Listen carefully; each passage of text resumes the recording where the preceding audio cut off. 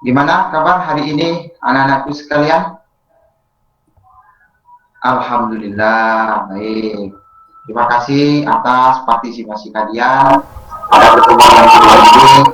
Kita sudah diberikan kesehatan, walafiat, diberikan kemampuan untuk bisa bertemu kembali pada mata pelajaran Al-Quran Hadis. Nah, oleh karena itu, sebelum pelajaran ini kita mulai, mari kita awali pembelajaran ini dengan membacakan doa bersama-sama. Mudah-mudahan pembelajaran ini berlangsung sesuai dengan rencana dan kita semua, termasuk juga Anda, termasuk juga Pak Guru di depan ini, mendapatkan ilmu yang bermanfaat. Amin, amin ya Rabbal Alamin. Dipersilakan kepada ketua kelas untuk memimpin doa bersama-sama. Bismillahirrahmanirrahim. Allahumma nawwir qalbi binuri hidayatika kama nawwartal arda binuri syamsika birahmatika ya arhamar rahimin. Rabbi zidna ilma warzuqna fahma. Amin. Baik, terima kasih anak-anakku sekalian sudah memimpin doa pada proses pembelajaran hari ini. Namun sebelum pelajaran ini dimulai, perlu kiranya Pak Guru absen kehadiran dulu ya. Oke, yang pertama Ahmad Khairi. Oke, hadir. Amir Hamzah. Dedi. Dimas. Oke, baik. Patrosi. Oke. Mahfud. Kemana? Anda hadir. Kok informasinya ini berbeda? Ada yang bilang sakit ini. Dedi itu bilangnya sakit. Pak itu bilangnya bolos. Mana ini yang benar, Nana? Ini Pak Guru itu simpel. Kalau misalkan kalian itu tidak mau masuk, yang penting ada bukti konkret. Pakai surat, ngirim sama teman kalian bahwa hari ini saya tidak bisa masuk karena ada walimah keluarga atau karena keluarga ada yang meninggal atau karena sakit, boleh, nggak apa-apa. Pak Guru itu penting ada bukti konkret, asalkan jangan ngapusi ya.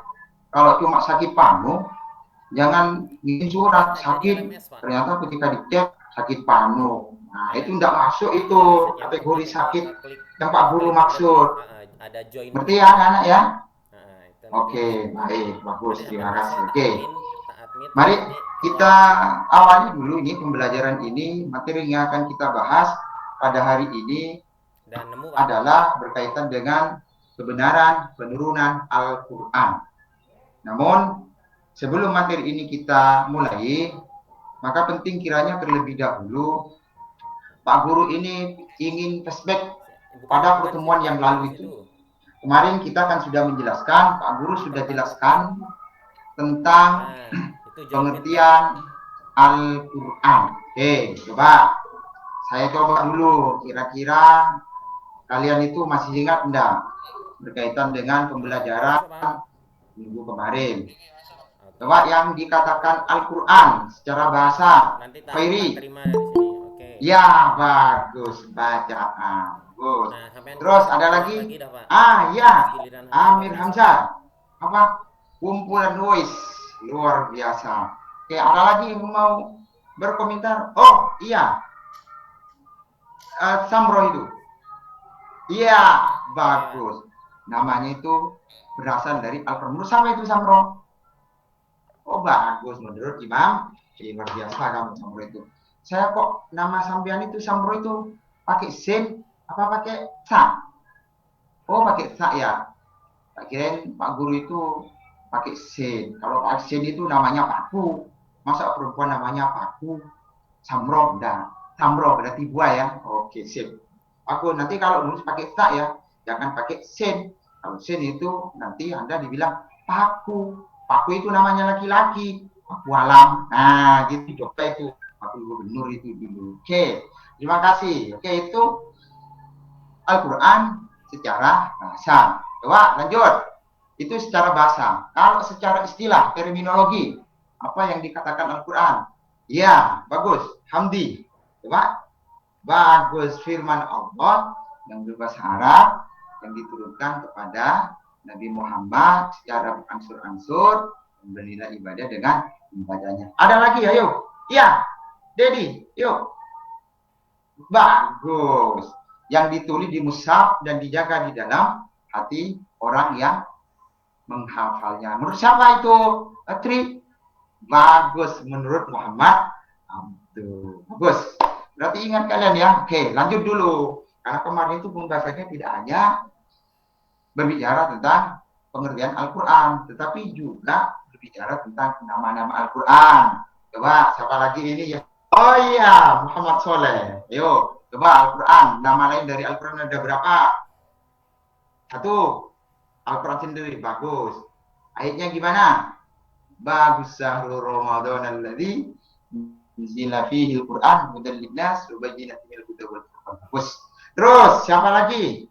Iya, Nur Aziza. Coba, apa nama lain dari Al-Quran itu? Bagus.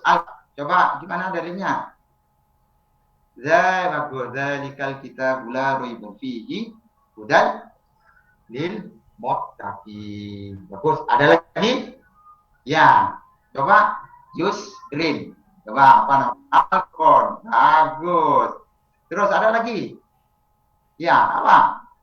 Atan bagus. Innahu latanzilu rabbil alamin. Bagus. Siap. Bagus. Bagus, ternyata kalian itu masih ingat. Bagus. Berarti Pak Guru ngajar kemarin itu tidak sia-sia. Berarti masuk sama kalian. Bagus. Sip.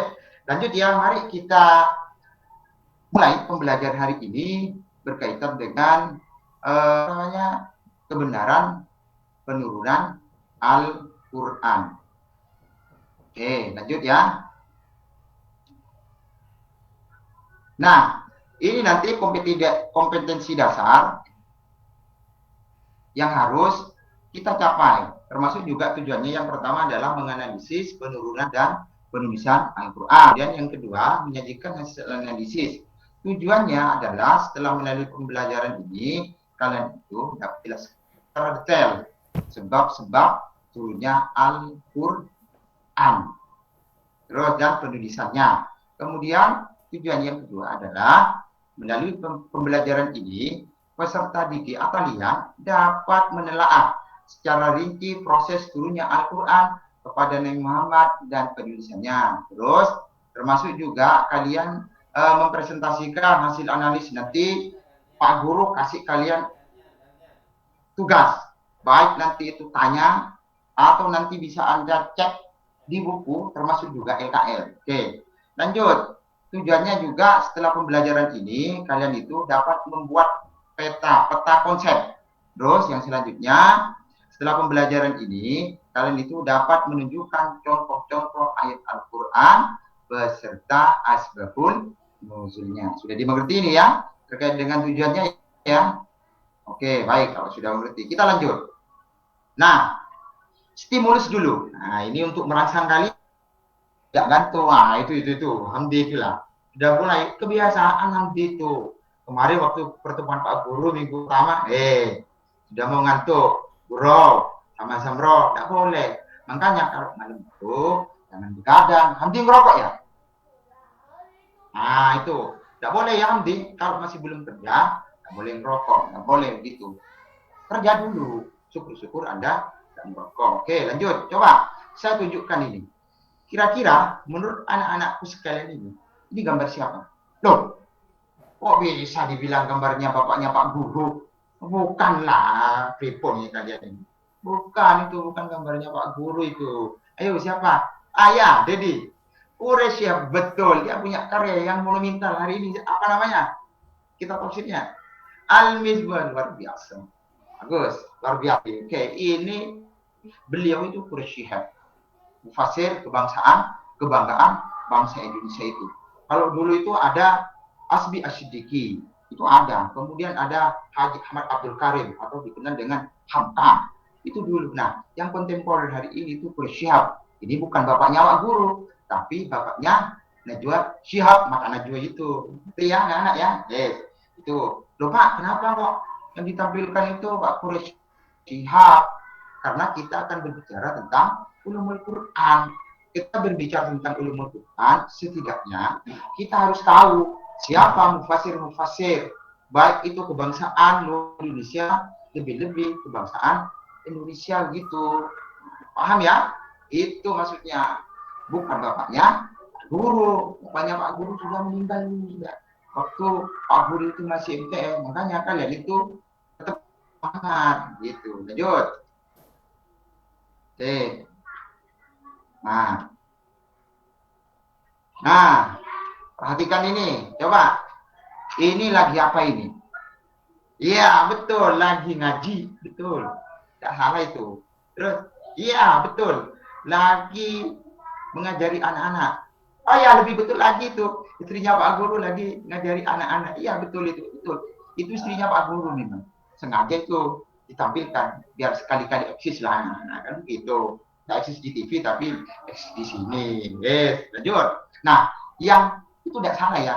Yang paling betul ini adalah tadarus di bulan Ramadan. Kenapa kok tadarus?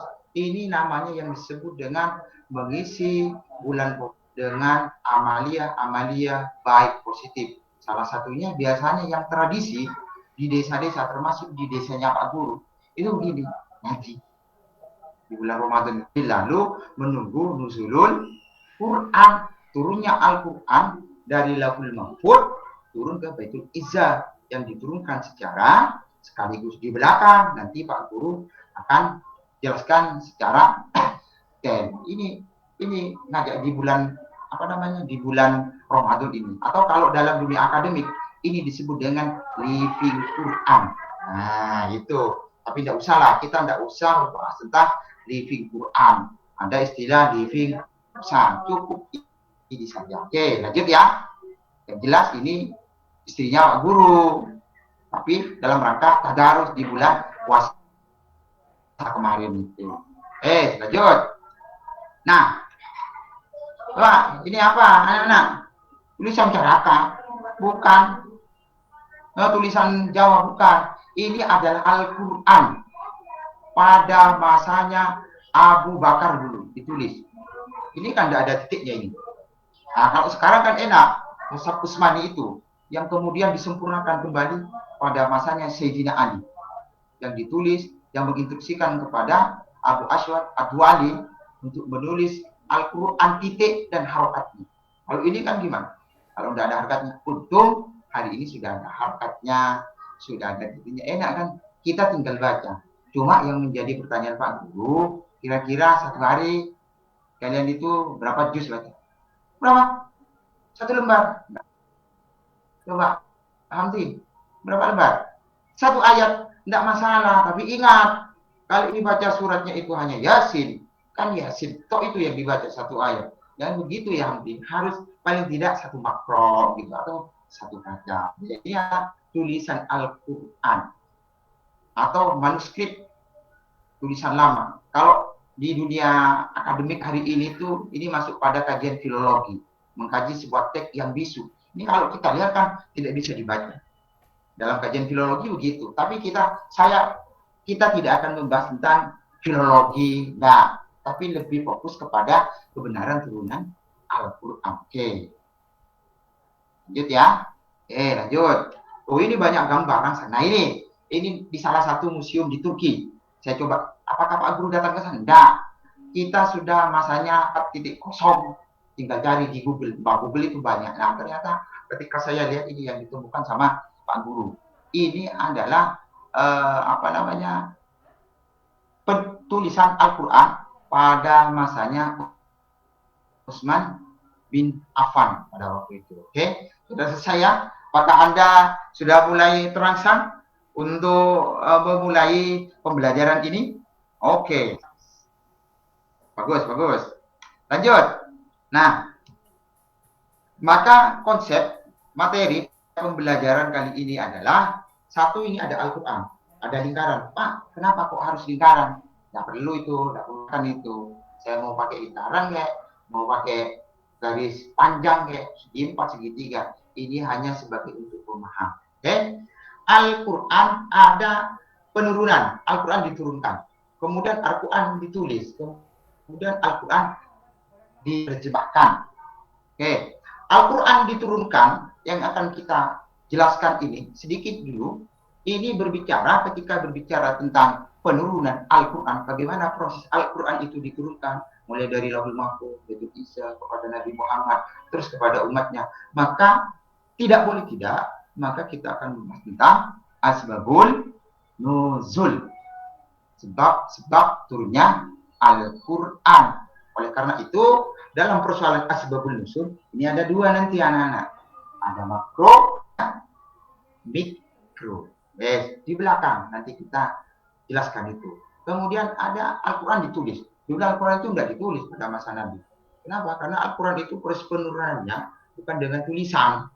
Beda ketika seseorang si A mengirim surat ke si B, ke orang tuanya, itu ditulis. Nah, dulu tidak ada. Apakah pakai HP? Wah, dulu itu apalagi. Tidak ada HP itu. Tapi melalui bacaan. Yang disampaikan Jibril kepada Nabi Muhammad dan dihafal di dadanya, di sudurnya Nabi Muhammad. Kemudian kepada sahabat pun juga demikian. Ini yang disebut dengan tradisi pelafalan, penghafalan. Lanjut. Baik. Nah, sebelum secara detail, Pak Guru jelaskan terkait dengan materi kita, kebenaran Al-Quran, turunnya Al-Quran. Maka hari ini Pak Guru akan memberikan tugas kepada anak-anakku sekalian. Yang pertama, instruksinya silahkan buat 3 kelompok. Nanti Pak Guru lah yang menentukan kelompoknya itu, biar tidak terlalu lama. Maka tiap kelompok itu memiliki tugas masing-masing. Oke, saya tentukan saja hari ini. Kalau kalian itu yang minta adalah pasti agak malu-malu gimana, sungkan-sungkan gimana gitu. Kelompok 1, ini instruksinya menulis dan membuat laporan ayat Al-Quran beserta asbabun nuzulnya. Ini ketua kelompoknya adalah Nur Aziza, perempuan. Kemudian kelompok 2 ini membuat laporan tahapan turunnya Al-Quran, bagaimana Al-Quran turun itu. Ini ketua kelompoknya adalah Tri. Oke. Kemudian kelompok ketiga ini membuat laporan tentang proses penulisan Al-Quran, mulai dari masa Nabi, kemudian sahabat Abu Bakar, Umar, Utsman, Ali, terakhir sampai di situ. Ini ketua kelompoknya adalah Samro. Oke? Kenapa kok perempuan? Iyalah, kenapa kok saya ngambil perempuan? Biar perempuan juga tampak bahwa perempuan itu juga memiliki potensi, tidak hanya laki-laki. Ya, kalau dalam sholat itu boleh laki-laki itu di depan, tapi dalam persoalan konteks pimpinan atau konteks dalam persoalan ketua kelompok harus perempuan, karena perempuan itu juga hebat, memiliki kemampuan begitu. Biar perempuan itu di desa tidak identik dengan di tungku itu, kompor itu memasak, akhirnya bau asap tok, bau bawang, enggak. Biar perempuan itu juga memiliki potensi, oh bahwa ini loh, perempuan itu juga punya andil itu. Kartini itu juga perempuan punya andil itu. Nah, itu kan, hebat. Oke, saya kasih waktu 10 menit mulai sekarang. Silakan Anda cari di bukunya itu, di LKS-nya silakan buka halaman 8 itu, dibaca, atau Anda bisa keluar tanya kepada guru kalian di kantor itu, silakan. Di situ sudah ada Pak Kepala, Pak Kakur, Pak Kesiswaan dan lain sebagainya. Silakan tanya Anda, atau nanti Anda bisa tanya kepada teman-teman kalian yang bisa kemudian list, kemudian buat laporan. Setelah itu Anda dipersilakan untuk melakukan presentasi. Oke, siap? Oke, mulai hari sekarang. Ayo, 1, 2, 3. Ayo, saya tunggu. Oke, kelompoknya Nur Aziza, kelompok 1, ayo, dipersilakan. Silakan mau cari kemana. Kemudian kelompok 2, silakan. Tri. Kemudian kelompok 3, dipersilakan. Samro. Oke, sudah selesai. Oke, silahkan. Dipersiapkan kelompoknya masing-masing. Sebelah barat, sebelah timur, itu kelompok 1. Tengah kelompok 2. Terus barat itu kelompok Samro, kelompok 3. Oke, siapa ini? Apa perlu saya tunjuk? Atau langsung maju ke depan? Kita urut mulai dari 1 ke 3. Oh iya dah. Mulai dari satu ya. Kenapa kok kamu minta begitu, Tri? Samro. Itu mau lihat apa namanya? Mau lihat bagaimana penampilan teman-temanmu dulu. Oke, siap. Bagus. Oke, lanjut. Oke, ya disampaikan laporannya penelitian terkait dengan definisi yang diberikan kepada Anda tugasnya. Oke. Ya, bagus. Nah, bagus. Oke, silakan duduk. Bagus. Lanjut, kelompok 2. Ya, bagus. Lanjut, kelompok 3. Ya, bagus. Jadi, baik, kelompok 1 itu menjelaskan tentang asbabun nuzul, ya tentang turunnya Al-Quran. Nah, kelompok 1 itu mengambil tentang surat Al-Kafirun. Ya ayyuhal kafirun. Baik, itu berbicara tentang Abu Lahab diminta dan tokoh-tokoh Quraisy ke lapangan diminta kumpul oleh Nabi. Kemudian Abu Lahab itu bilang, hailaka Muhammad. Dimana tak tuni, apakah karena ini kamu itu mengumpulkan saya di sini? Hailaka celaka engkau Muhammad. Akhirnya turut ayat ini kafirun. Al-Lahab, kafirun. Al-Lahab, turun Al-Lahab di situ. Oke, lanjut. Yang terakhir tentang tahapan turunnya Al-Quran. Oke, mulai dari Lauhul Mahfuz, bagus. Baitul Izzah, kemudian turun kepada Nabi Muhammad, kemudian disampaikan kepada. Kemudian yang ketiga, oh iya, bagus. Bagaimana penulisan Al-Quran itu mulai dari Nabi melalui tradisi hafalan di situ, kemudian ada juga sebagian para sahabat menulisnya di pelepah kurma, kemudian menulis pula di di tulang-tulang, kemudian bagus, ini sudah betul ini. Di Abu Bakar, kemudian setelah Abu Bakar Umar Utsman, oke, oh betul, Abu Talib, Ali bin Abi Thalib juga kemudian disempurnakan kembali oleh Abi Talib dengan pemberian titik dan buat bagus. Terima kasih Anda sudah memberikan presentasi hari ini terkait dengan materi yang kita bahas tentang kebenaran penurunan Al-Quran. Tentu laporan yang Anda miliki nanti akan saya nilai semua kelompok ini sesuai dengan nilai, sesuai dengan fakta yang sudah Anda lakukan di lapangan, dan itu benar, tidak ada yang salah. Cuma perlu ada penyempurnaan, termasuk dalam persoalan tulisan. Anda tulisannya itu banyak yang salah ini. Nah, contoh ini kelompok 1 ini. Di mana kok di Manu? Nah, ini keliru. Jadi harus detail ya. Tulisannya jangan di Manu, tapi di mana. Karena kalau laporan kemudian salah kan repot juga kan. Bisa saja kok. Siapa ini yang menuliskan begitu. Oke. Terima kasih. Oke, saya akan jelaskan lebih detail berbicara tentang kebenaran penurunan Al-Quran. Maka di sini adalah skema bagaimana wahyu Allah itu adalah nanti sesuaikan dengan nasihat Anda. Benar enggak? Tapi menurut Pak Guru bagus. Nah, skema Al-Quran itu dari Lauhul Mahfuz. Lauhul Mahfuz ini sesuatu tempat yang tidak bisa menjangkau. Bahkan setan pun itu tidak bisa menjangkau. Di tengah-tengahnya itu tertulis La ilaha illallah Muhammad Rasulullah. Maka Lauhul Mahfuz itu dijaga. Maka di situ keautentikan Al-Quran itu setan itu tidak bisa untuk mencuri, mengintip Al-Quran kemudian tidak bisa. Maka dari Lauhul Mahfuz kemudian diturunkan ke Baitul Izzah, ke langit dan dunia.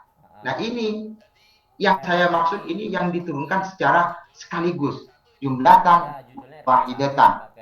Sebagaimana dalam Al-Quran itu inna anzalnahu fi lailatul qadr. Makanya lafadznya menggunakan anzala, tidak menggunakan nazzala.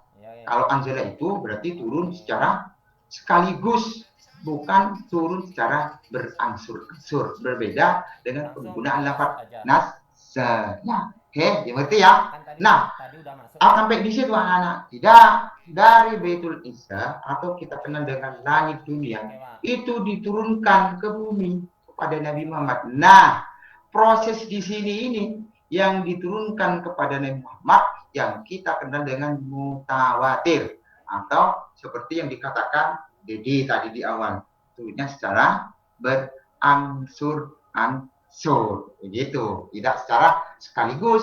Maka ini salah satu yang membedakan turunnya Al-Quran dengan kitab-kitab sebelumnya Taurat, Injil, Zabur, berbeda. Nah, ini pun tidak dalam bentuk tulisan, berbeda, tapi dalam bentuk hafalan yang diberikan Jibril kepada Nabi Muhammad melalui hafalan yang kemudian disampaikan kepada umatnya melalui tradisi hafalan juga. Walaupun tadi sudah Pak Guru singgung di depan, ada sebagian sahabat yang kemudian menulis. Sampai pada akhirnya perlu untuk menulis Al-Quran karena banyaknya para syuhada yang meninggal. Oke, udah ya, lanjut. Lah, turunnya Al-Quran. Turunnya Al-Quran kepada Nabi Muhammad. Berarti ini berbicara turunnya dari Baitul Izzah, langit dunia, kepada Nabi Muhammad. Nah, turun di sini, maka banyak beberapa mufassir, para pengkaji Al-Quran, Al-Quran yang diturunkan kepada Nabi Muhammad, ada yang mengatakan 22 tahun, 2 bulan, 22 hari.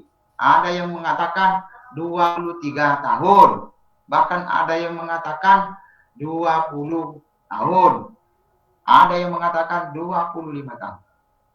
Ini ada beberapa pendapat. Sehingga Al-Quran yang turun kepada Nabi Muhammad ini selama beberapa tahun. Maka di sini kemudian melakukan riset yang kemudian muncul istilah Makkiyah dan Madaniyah. Oke, nanti kita jelaskan. Nanti ini di bab 2 ya, Makkiyah dan Madaniyah kita akan jelaskan itu nanti. Lanjut nanti itu.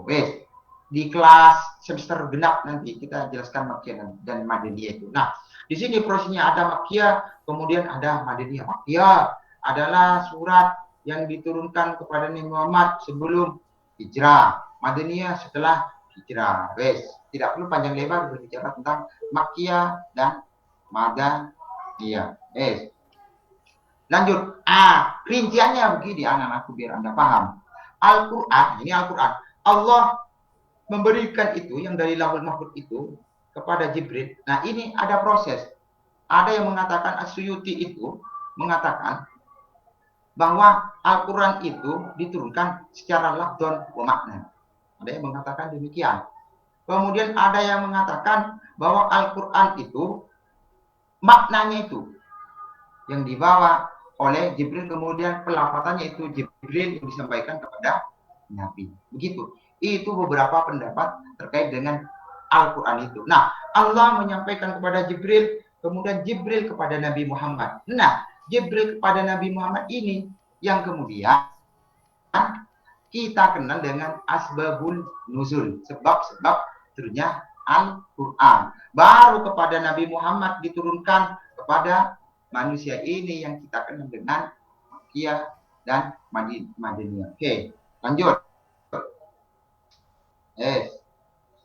Nah, lanjut karena kita berbicara tentang penurunan Al-Quran, tentu setidaknya bahkan ini wajib kita harus berbicara tentang asbabul nuzul, sebab-sebab turunnya Al-Quran. Oleh karena itu ada dua kategori sebab turunnya Al-Quran. Pertama, mikro.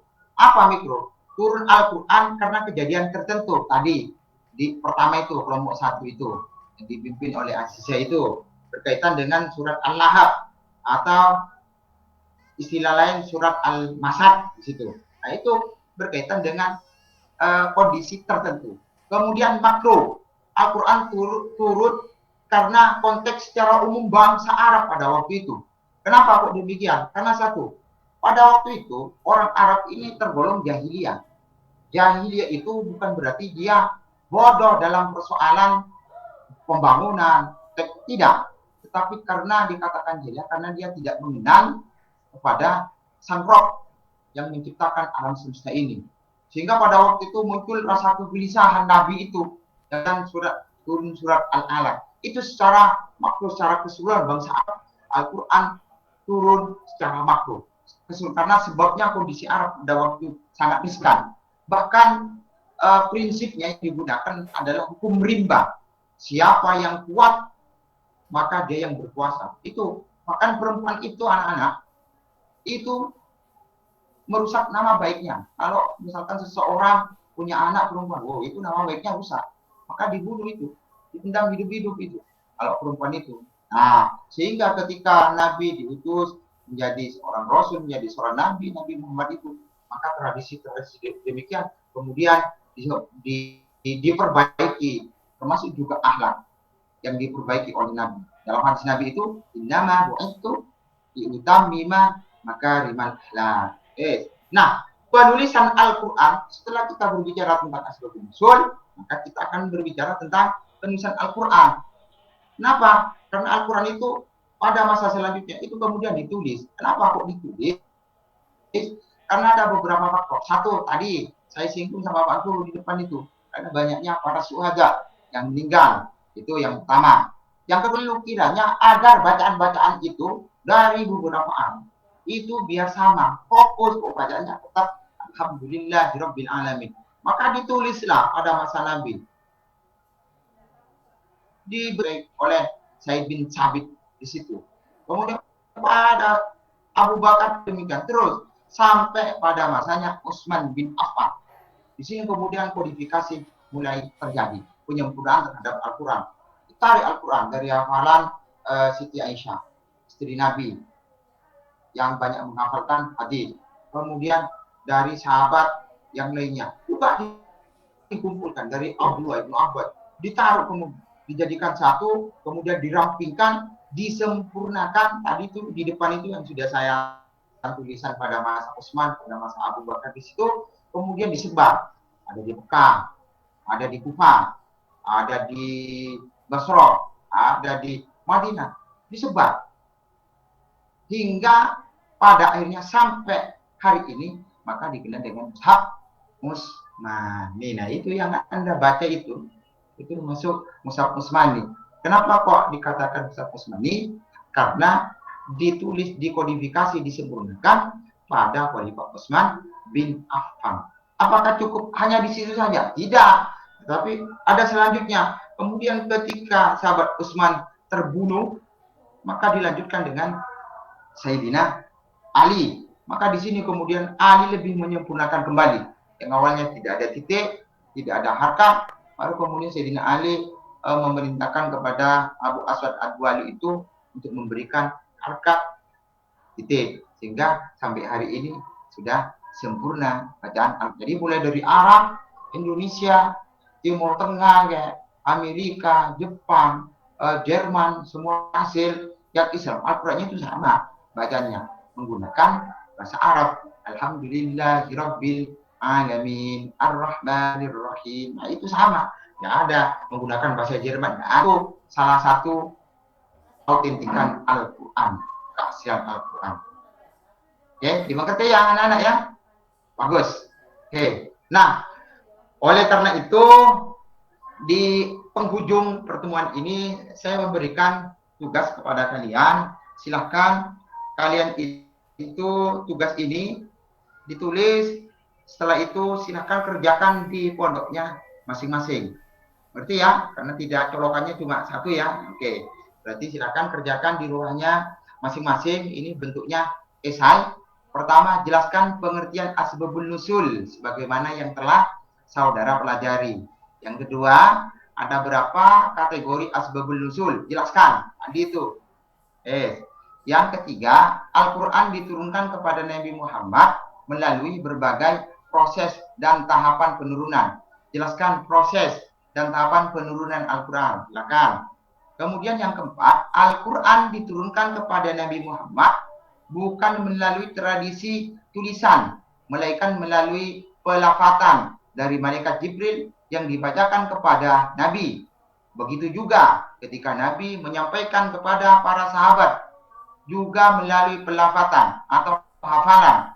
Walaupun ada beberapa sahabat yang kemudian menulisnya di berbagai tulang dan pelepah kurma. Nah, berkaitan dengan deskripsi tersebut, bagaimana proses penulisan Al-Quran yang hingga saat ini menjadi suatu tulisan dalam mushaf. Nah, kan Anda bertanya itu, cari di berbagai referensi, boleh tanya kepada guru kan, boleh, tidak apa-apa. Terus yang kelima, Indonesia merupakan negara plural yang terdiri dari berbagai agama. Ada Islam, Kristen, Katolik, Hindu, Buddha, Konghucu. 6 ya. Bagaimana pertanyaannya? Bagaimana saudara memahami ayat tentang potong tangan? Asariku wasariqatu faqta'u aydiyahuma. Ketika dikaitkan dengan konteks keindonesiaan. Silakan Anda itu cari, kalian itu cari, kemudian tulis pertemuan yang akan datang bisa dikumpulkan. Dimengerti ya, anak-anak ya? Oke, baik. Terima kasih kalau sudah dimengerti. Dan terima kasih, ini adalah pelajaran tentang kebenaran penurunan Al-Quran. Sebelum ditutup, barangkali ada yang mau ditanyakan. Oh, tidak ada, oke. Keburu pulang ya, Hamdi ya? Oh, keburu pulang. Nanti jam kedua ini masih ada gurunya. Mau pulang ke pondok belum? Oh, ya dah. Nanti segera habis makan, habis istirahat, nanti cek. Sepertinya itu guru yang sebelumnya ini kayaknya ada rapat di Bondowoso itu. Kepala sekolah kebetulan yang ngajar ya. Kalau emang tidak ada, barangkali ada tugas, silakan. Habis itu kalau tidak ada, dipersilahkan kalian itu boleh makan dulu di pondoknya. Setelah itu balik lagi ke sekolah ya. Oke, terima kasih. Baik, kita akhiri pertemuan kita, pembelajaran kita. Mudah-mudahan apa yang sudah Pak Guru jelaskan di awal membawa manfaat kepada kita. Dan kita akhiri dengan pembacaan hamdalah bersama-sama. Alhamdulillahirabbil alamin. Baik, saya akhiri. Wallahul muwaffiq ila aqwamit thoriq. Assalamualaikum warahmatullahi taala wabarakatuh. Waalaikumsalam warahmatullahi wabarakatuh. Demikian praktek dari Pak Sidik Mursidi.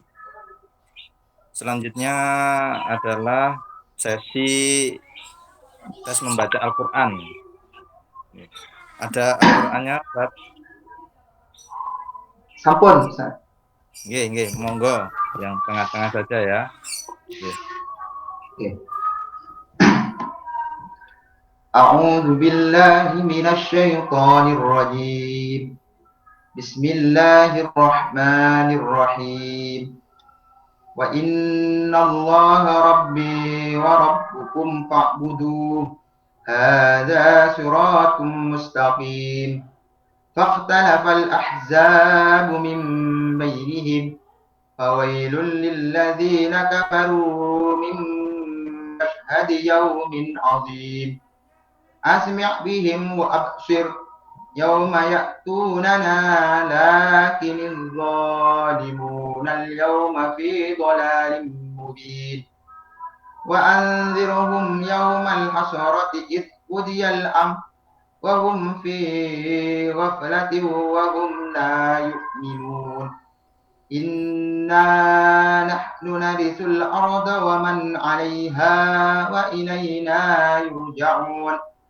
Wadhkur fil kitabi Ibrahim innahu kana siddiqan nabiyya. Cukup, Ustaz. Cukup. Shadaqallahul azim. Yes, Sadaqallahul Azim. Selanjutnya monggo Ustadz Aan. Saya persilahkan. Ya, syukron Ustadz Syabuddin. Pak Sidik Mursidi, Iya, Pak. Anda sudah praktek mengajar, sudah bagus. Tadi Anda menyinggung juga soal filologi, kemudian Living Quran. Terus materi yang Anda ajarkan antara lain adalah kebenaran penurunan Al-Quran, dan di dalamnya juga menyinggung soal asbabun nuzul. Menurut Anda, setiap ayat yang turun itu pasti ada sababun nuzulnya atau tidak? Itu benar nggak? Ya, Pak. Menurut pemahaman saya, Pak, berkaitan dengan asbabun nuzul, karena seperti yang sudah saya sampaikan di presentasi itu, Pak, bahwa dari referensi yang saya pahami, Pak, ada asbabun nusul mikro, ada asbabun nusul makro. Oleh karena itu dari pembagian ini maka setiap ayat itu pasti memiliki asbabun nusul, Terus entah itu mikro nerangin yang mana? maupun Atas apa makro. bawah? Hanya ada ayat-ayat tertentu yang mikro, kemudian ada secara makro pasti ada asbabul nusul. Begitu. Ya, terima kasih. Berarti klik aja Pak yang nomor Kemudian 2. ada lagi ini statement para ahli ulumul Quran gitu ya, bahwa unzilal Qur'anu bila sautin wala harfin. Itu maksudnya menurut Anda gimana kira-kira? Baik Pak, berkaitan dengan itu maka kita harus berbicara dalam dunia akademik, kita harus berbicara tentang hermeneutik, bagaimana kita untuk memahami suatu makna. Kalau istilah Hasan Hanafi itu masuk kategori mauza, makna yang terdapat dalam teks. Al-Quran memang tidak dalam bentuk tulisan, walaupun seperti gemerincing lonceng. Tetapi yang dimaksud di situ karena kita berbicara teks tidak hanya berbicara dalam bentuk tulisan, tapi juga ada dalam bentuk simbol. Salah satunya secara logika kita bisa lihat lampu lalu lintas. Ada simbol merah. Di situ tidak ada tulisan stop, tetapi kemudian paham. Oh, ini artinya stop. Kemudian kuning. Oh, berarti persiapan. Kemudian hijau. Oh, berarti jalan. Di situ tidak ada tulisan. Jadi begitu, Pak. Maka di situ yang dimaksud dengan bila sautin wala harfin bukan berarti itu teksnya itu dalam bentuk sebuah tulisan, tapi sebuah pemaknaan yang tahu hanyalah malaikat Jibril dan Nabi Muhammad ketika menerima wahyu. Karena yang dikatakan wahyu itu sirrun, rahasia, kemudian Nabi dan malaikat Jibril. Begitu, Pak. Iya, ya. Terima kasih. Yang terakhir itu ya. Yang masih ada hubungannya dengan asbabun nuzul itu tentang istilah sab'ati ahruf. Nuzilal Qur'anu ala sab'ati ahrufin. Itu menurut Anda bagaimana? Al-Quran itu sab'atil ahrufin itu ada huruf-huruf yang 7 itu, Pak. Semawan saya itu seperti misalkan Hamim, kemudian alif, lam, ro, begitu Pak. Yang kemudian ditafsirkan oleh para ulama Allahu a'lam bimuradihi. Walaupun memang ada yang mengatakan semisal itu berkaitan dengan yang menafsirkan di situ, yang menyusun terkait dengan surat-surat di situ, Pak. Agak lupa sebenarnya ini, Pak. Ya. Terima kasih itu, Pak. Ya, sama-sama. Saya kembalikan waktu kepada Ustadz Syahabuddin. Terima kasih. Baik, Pak. Terima kasih Ustadz Aan. Pak Sidik Mursyidi. Ya, Pak. Pembelajaran kita itu amanat dari Jakarta itu kan harus tipek kan. Harus bernuansa tipek. Apa itu tipek? Tipek itu tipek itu tentang apa gitu, tipek. Tipek itu Pak, salah satu framework yang mengintegrasikan antara satu pelajaran dengan pelajaran yang lain. Antara pengetahuan teknologi dengan pembelajaran lain dan sebagainya di situ. Ya, jadi masuk kontekstualisasi. TPEC itu singkatan dari Technological Pedagogical Content Knowledge ya. Jadi konten-kontennya itu tidak hanya dari buku, tetapi dari internet juga, tapi internet yang jelas sumbernya. Dari basis-basis teknologi gitu. Dan itu juga ditekankan oleh pusat ya agar itu dijalankan. Kemudian proses pembelajaran dalam kurikulum 2013 itu mengikuti pendekatan apa, Pak? Pendekatan pembelajarannya. Saintifik, Pak. Apa? Saintifik. Saintifik. Saintifik itu Iya, wujudnya adalah 5M itu ya. 5M ya.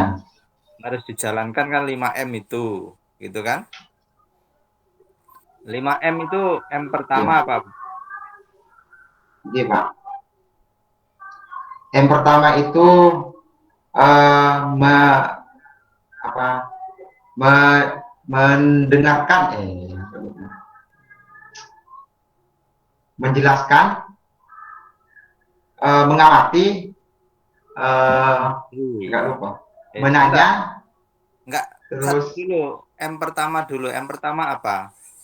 oh ya, yang pertama itu mengamati, Pak. Mengamati. Yang kedua apa? Oke, mengamati. Yang kedua menanya. Menanya. Terus yang ketiga, Yang kedua, oke. Yang ketiga itu menelaah,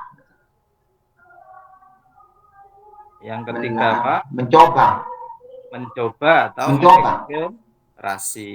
Mencoba atau mengeksplorasi. eksplorasi, Ya. Terus yang eksplorasi. keempat, Yang keempat itu me, menganalisis, menalar, Pak. ya menalar atau Menalar, mengasosiasi. Ya, mengasosiasi, ya menalar atau mengasosiasi. Terus yang mengasosiasi. ke keberapa? Kelima ya. Kelima, Yang kelima apa? kelima itu mengkomunikasikan. Mengkomunikasikan kan gitu kan ya. Jadi pertama mengamati, kemudian menanya, kemudian Menanya, mengeksplorasi atau mencoba, mengeksplorasi, kemudian yang keempat mengasosiasi atau menalar, menelaah, terus yang kelima adalah mengkomunikasi. mengkomunikasikan. Pertanyaan saya kira-kira Bapak tadi sudah menjalankan itu apa belum? Kalau menurut saya secara pribadi, nggih Pak, sampun Pak, menjalankan. Ada mengamatinya, mengamati apa tadi? Tadi mengamati terkait dengan eh, tugas yang diberikan kepada siswa Pak, untuk melihat situasi, melihat referensi terkait dengan tugas yang diberikan. Apanya yang diamati? Eh, Tulisan Pak, tulisan yang ada di referensinya itu, yang di bukunya itu Pak. Menanya apa ada? Suruh menanya atau gurunya menanya atau siswanya Men, menanya?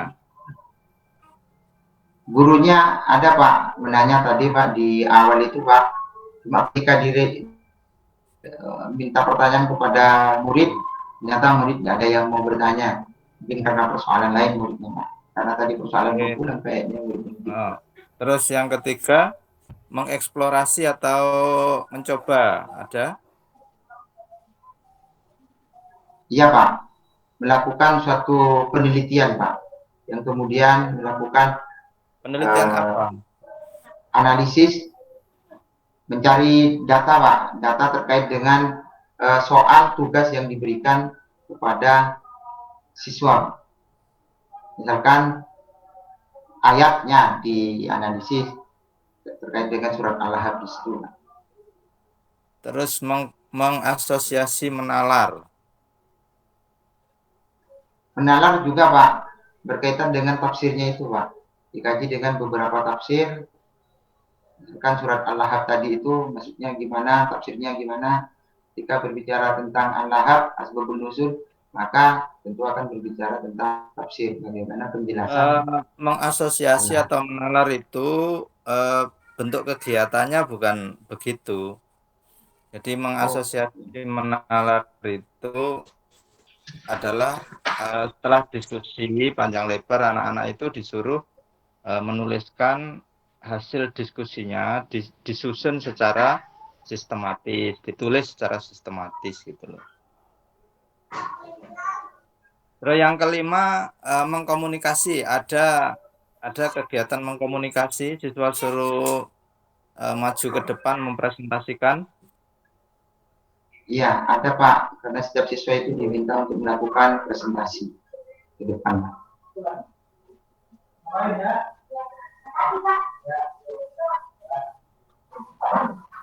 Satu lagi Siswa Pak, melakukan pertanyaan saya. Oke, Pak. Dalam Permendikbud 22 tahun Permendikbud 23 tahun 2016 tentang penilaian itu, sistem penilaiannya pakai apa Pak, kurikulum 2013 itu? Sistem penilaian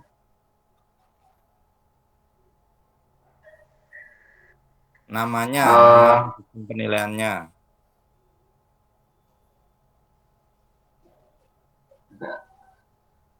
agak bingung ini Pak.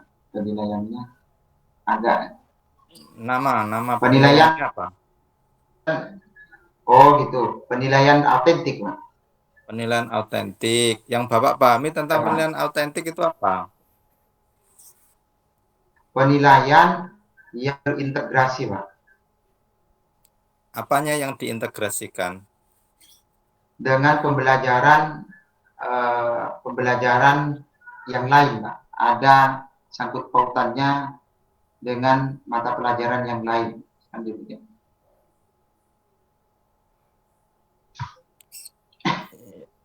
Penilaian autentik itu penilaian yang menilai secara keseluruhan ya, baik aspek kognitif, afektif maupun psikomotor, gitu Pak ya. Jadi penilaiannya tidak Pak. boleh hanya pakai tes saja, karena tes itu kan hanya untuk mengukur kognitif saja. Harus pakai tes maupun pakai non tes supaya bisa mengukur semua ranah itu gitu. Oke, saya kira itu Pak. Terima kasih. Saya kira cukup. Mudah-mudahan yang terbaik untuk Pak siapa ini tadi, Hamdi. Siapa? Sidik ya. Mursidi. Iya Pak. Iya, Pak. Kita tutup dengan bacaan hamdalah. Alhamdulillahirabbil alamin. Alhamdulillahirabbil alamin. Oke, selanjutnya